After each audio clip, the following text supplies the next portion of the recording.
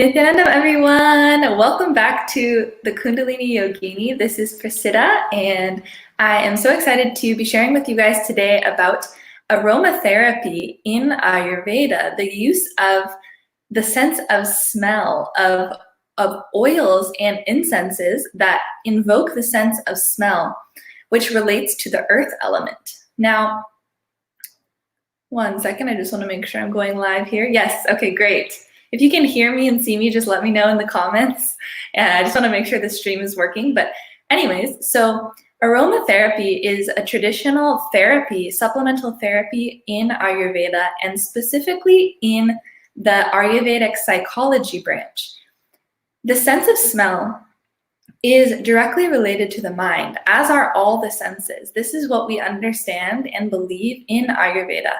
So by utilizing certain smells, certain qualities, certain types of smells, we can bring balance or imbalance to the doshas, the constitution and biological energies of our body.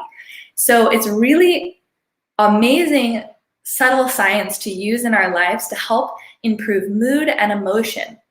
Have you ever noticed when you are really upset or something and you light a nice smelling candle or you light some incense, how quickly your mood changes?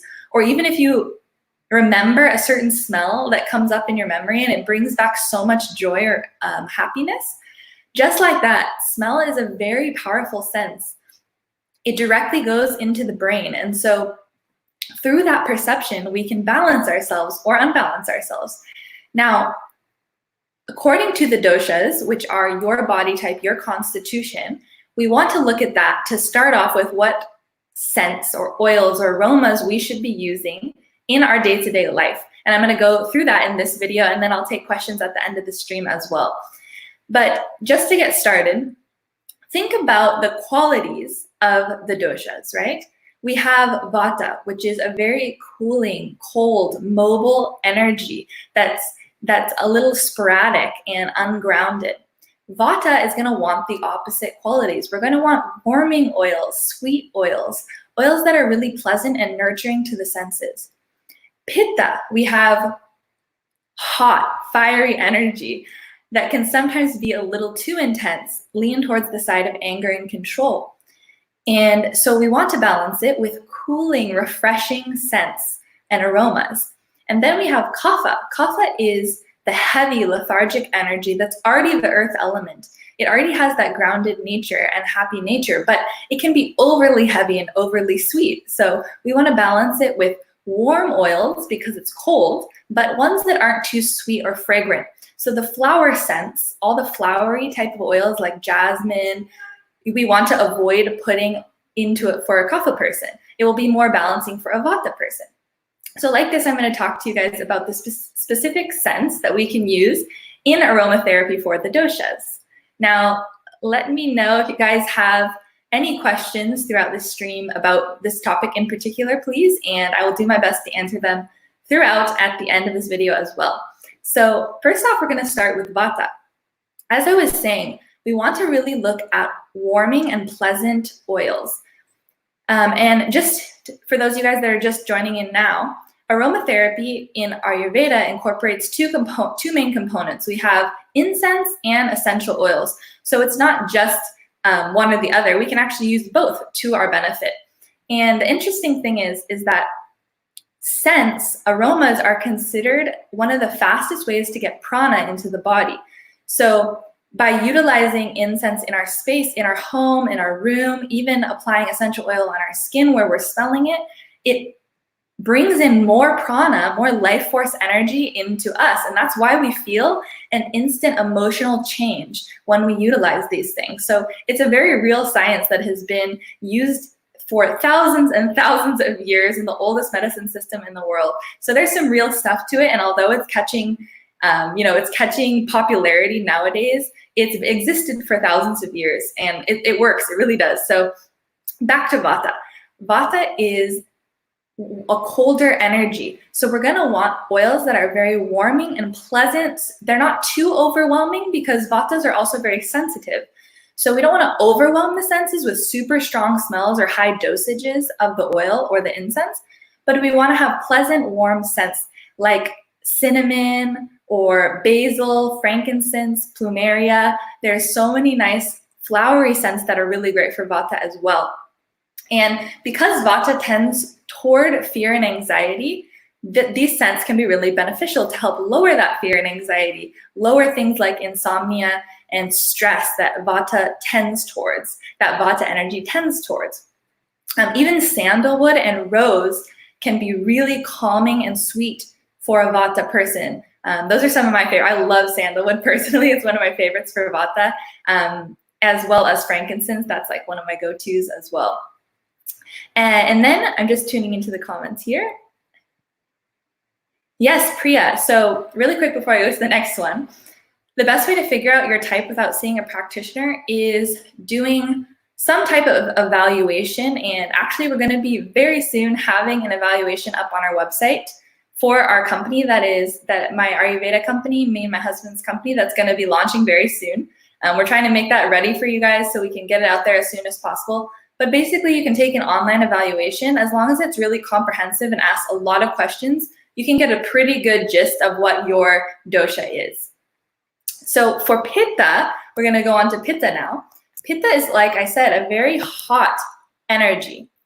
And we want to go for cooling and also pleasant oils. So we don't want to have too much overwhelm as well with Pitta, because it can imbalance the Pitta energy easily. But we want to also have cooling, pleasant scents. This includes sandalwood as well as lavender, lotus, saffron, lily, honeysuckle, iris. All those flowers are also really useful for Pitta types because they're cooling and soothing. Even lemongrass is a good one. What else do we have? I'm just looking at the comments here. Yes, gardenia even and honeysuckle are great options for Pitta Prakriti as well. Flower essences are really balancing for Vata and Pitta both, but especially Pitta because they tend towards cooling nature. But some of them are warm, depends on the flower. So those are just some examples. And then last but not least, we have Kapha. So Kapha is a colder energy as well, but it is a little heavier. So we don't want to go to the really sweet scents as much as we would with a Vata person, a Vata Prakriti, but we also want warming oils. So some of them will overlap with Vata. Cloves, musk, camphor, cedar, frankincense, and myrrh are really great examples for Kapha. Really kind of warming, spicy scents and aromas.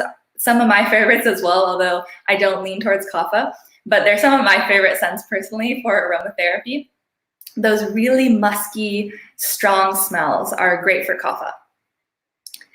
Because Kapha also tends toward that depression and energy of stagnation, right? We want to have uplifting smells like rose and jasmine. Rose and jasmine can be actually too sweet for Kapha, sorry.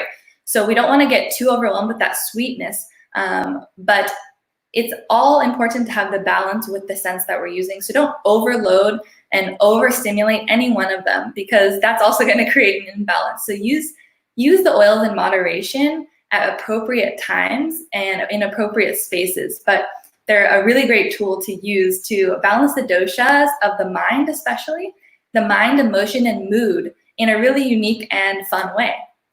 So I'm going to go into the questions now. So please let me know if you guys have questions on this topic or related to Ayurveda in general. I can answer those today for you guys as well.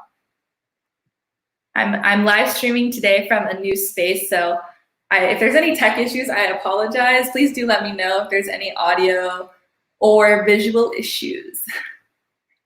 Okay, scrolling back up here. Nityanandam Janie. Okay. Buongiorno, Marco. Hi, Liselot. And Priya, yes, I answered your question earlier. Thank you, Spirit. Hi, Koala. Ben with an N, what is the best type of aromatherapy diffuser? Any diffuser is totally fine. Generally speaking, traditionally, we didn't have those type of diffusers, obviously, in Ayurveda.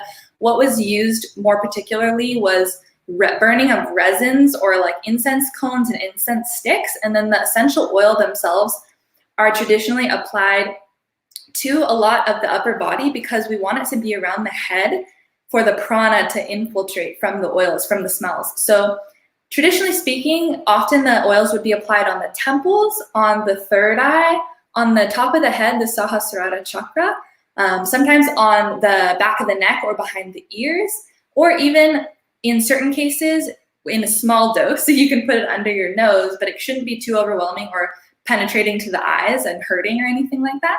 And then a really unique thing you can also apply too is to the knobby point, which is your belly button, your navel. It's a really great way to absorb the properties of an oil. So you can actually put the oil on the belly button as well. And then even particular marma points or energy points on the body, but that gets a little complex.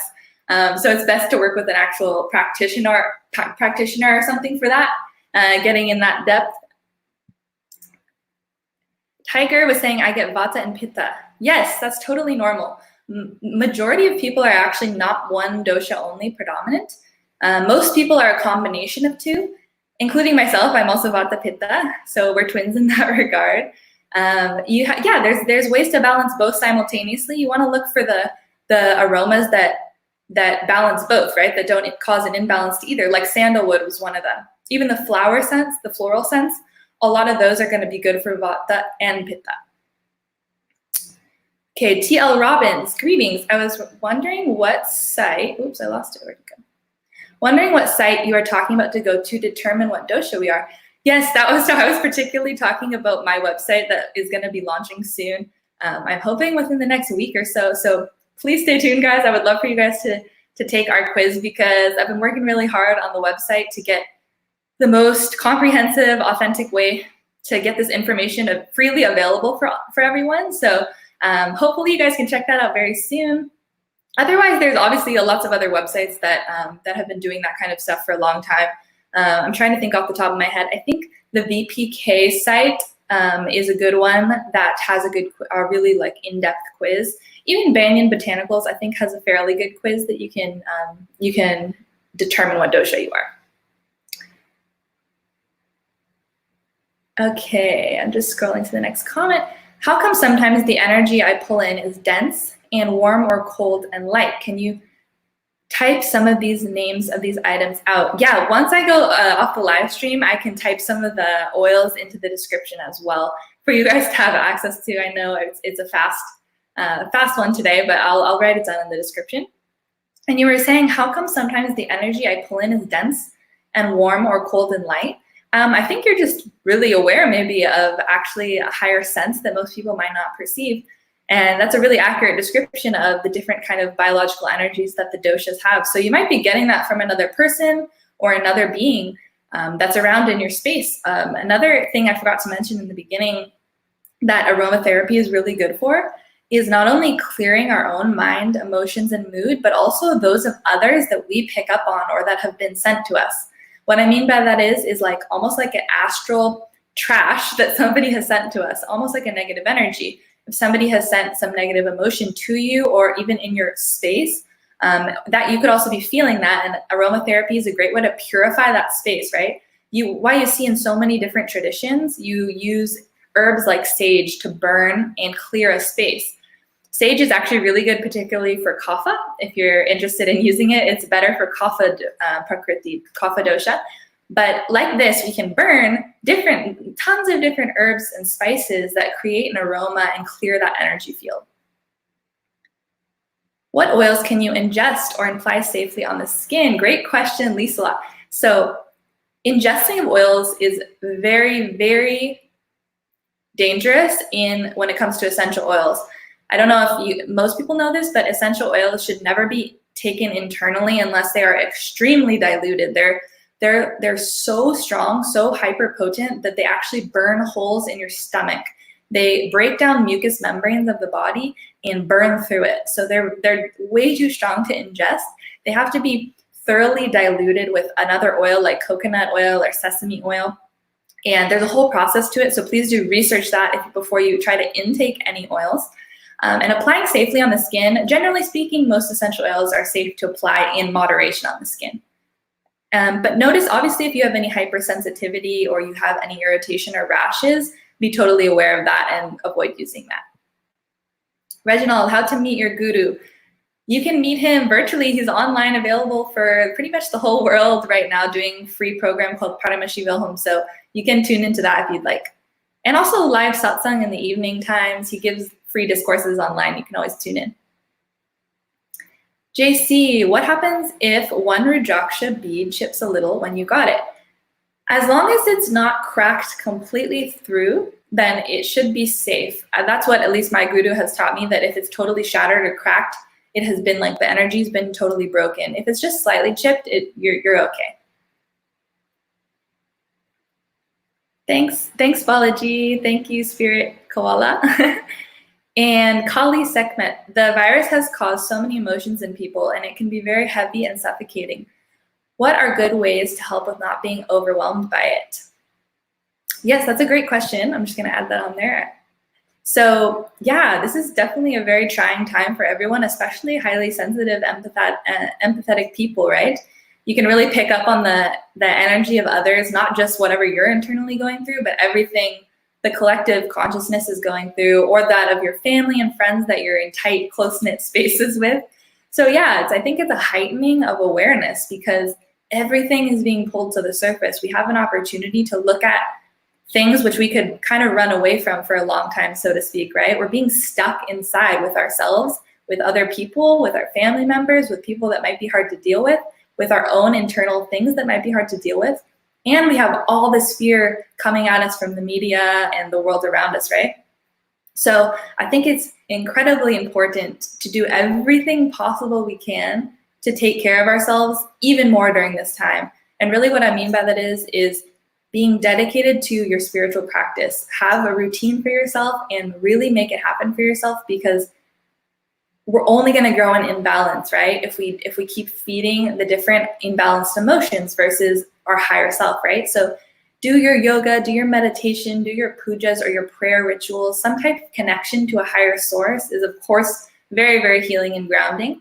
And then using all of these therapies by balancing the body, everything else actually comes into place. Only when our body's in balance, our emotions get in balance. So really do pay attention to what you're eating, what you're drinking, what you're consuming, of even by your senses and your thoughts, what you're watching on TV.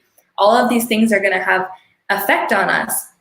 So try to ground yourself through having that balanced satvic diet, by using the aromatherapy, by using all these different little tools that we all have that we can start to improve the quality of life. I hope that helped. Balaji, is taking garlic not Vedic? If so, why? So garlic is actually used in Ayurveda as a medicine. The key thing though is that it is a medicine, and it shouldn't just be used casually in food. That's the biggest difference, because garlic is really intense and strong. So it can be really rajasic and imbalance the doshas. It tends to create hyperactivity of the mind, as well as cause early morning depression and inability to wake up in the morning when we need to get started on our spiritual practice. So I try to avoid garlic absolutely as much as possible. I never buy it. I don't have it in my house, but it's a really powerful medicine. So it's not to say that it's wrong or right, but we need to know how and when to use it. Yes, cinnamon is great, Tiger. Cinnamon is really good for Vata in particular, and even Kapha in moderation, because it's so warming and spicy. So it's really great for those doshas. Marcelina, isn't there a practice in Ayurveda where you apply oil to the inside of the nostrils in the morning? Yes, this is called Nasya, and it's part of the daily routine or Dina Acharya of Ayurveda. I've actually been working on a video for a while. Sorry, it's taken me quite a while to compile this one, showing the daily routine of Ayurveda, because it's very complex and long, and I want to get it really authentic. But yes, this is part of a daily routine where you apply medicated oil drops into the nose. That is called Nasya oil. You can even find it online. And you apply just a few, 2 to 3 drops in each nostril as you're laying. You have to be laying down with your head tilted really far back, so the oil can go up your sinus cavity. And then you kind of just massage the face a bit and the forehead to help the oil penetrate. And you start your morning off like that. And it's a really great way to help the sinuses always be free of infection. All right, Lisa Lott, what oils can help to an itchy scalp? And what is the best way to apply them? Great question. Yes, one of the most infamous oils, I should say famous oils of Ayurveda for the hair and scalp is Bringaraj. Bringaraj is the hair oil of Ayurveda that helps with dandruff, hair growth, thickening, luster, color, everything. Bringaraj is an amazing oil to use, but also in particular for dandruff, it's often caused by infection from bacteria. So we can use neem for this reason as well. Neem oil, neem shampoo or soap, or actual neem powder is a great way to get rid of that often for most cases. So you can apply that on your scalp, wash it out, and it should be able to help with that.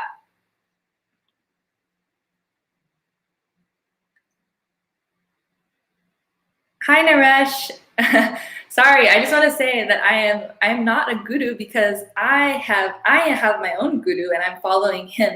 So until, if and when that ever the time comes, that's only through my guru's own initiation and decision for my readiness. But at this point, I'm not interested in being someone's guru because I'm not enlightened. So I think it's really important to follow a being which has reached the ultimate so you can also reach the ultimate yourself. Yes. Yeah, I know, Spirit Koala. It's definitely been a trying time. You know, we have to also not judge or feel guilty about the ups and downs we're going through during this time, but also bring awareness to them. And like I said, utilize a lot of practices that are going to help uplift us, like even writing out things, journaling more so than ever, or reading books that are going to keep you uplifted, or listening to discourses by your guru or your masters that can help you stay in a higher space. All right, just scrolling here. Thanks for your patience, guys. Francisco, are there any scents to activate the different chakras? Yes, there are. Each chakra actually has oils, and I'll have to do a separate thing on that as well. But yes, aromatherapy is definitely tied to different chakras as well.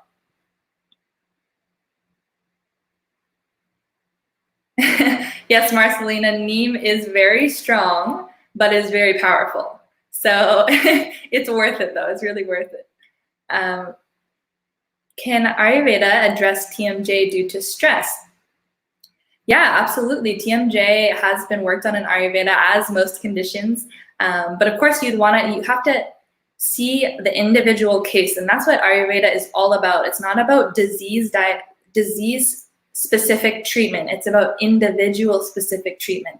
So unlike Western medicine, where we say somebody has diabetes, oh, give them this pill or give them this surgery, or somebody has this lower back problem, give them this pill, give them this surgery. We don't diagnose the same way or give treatment the same way. We look at the person. So you might have TMJ and I might have TMJ, but our treatments might be completely different because the cause in your body is unique. So you have to see a practitioner or even a doctor for that condition. Thank you guys so much for tuning in. You had great questions. Thank you. It was so fun to tune in again. I haven't done a live stream in a while. Thank you guys for joining me again on here. And if you have any other questions, leave them in the comments below and I will get back to you.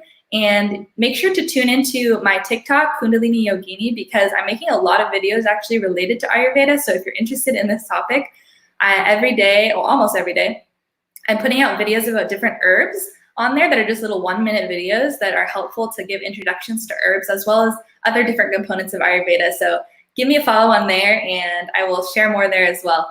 I love you guys. Have a blessed day. Take care of yourselves and I will see you guys on the next stream. Nitin, everyone.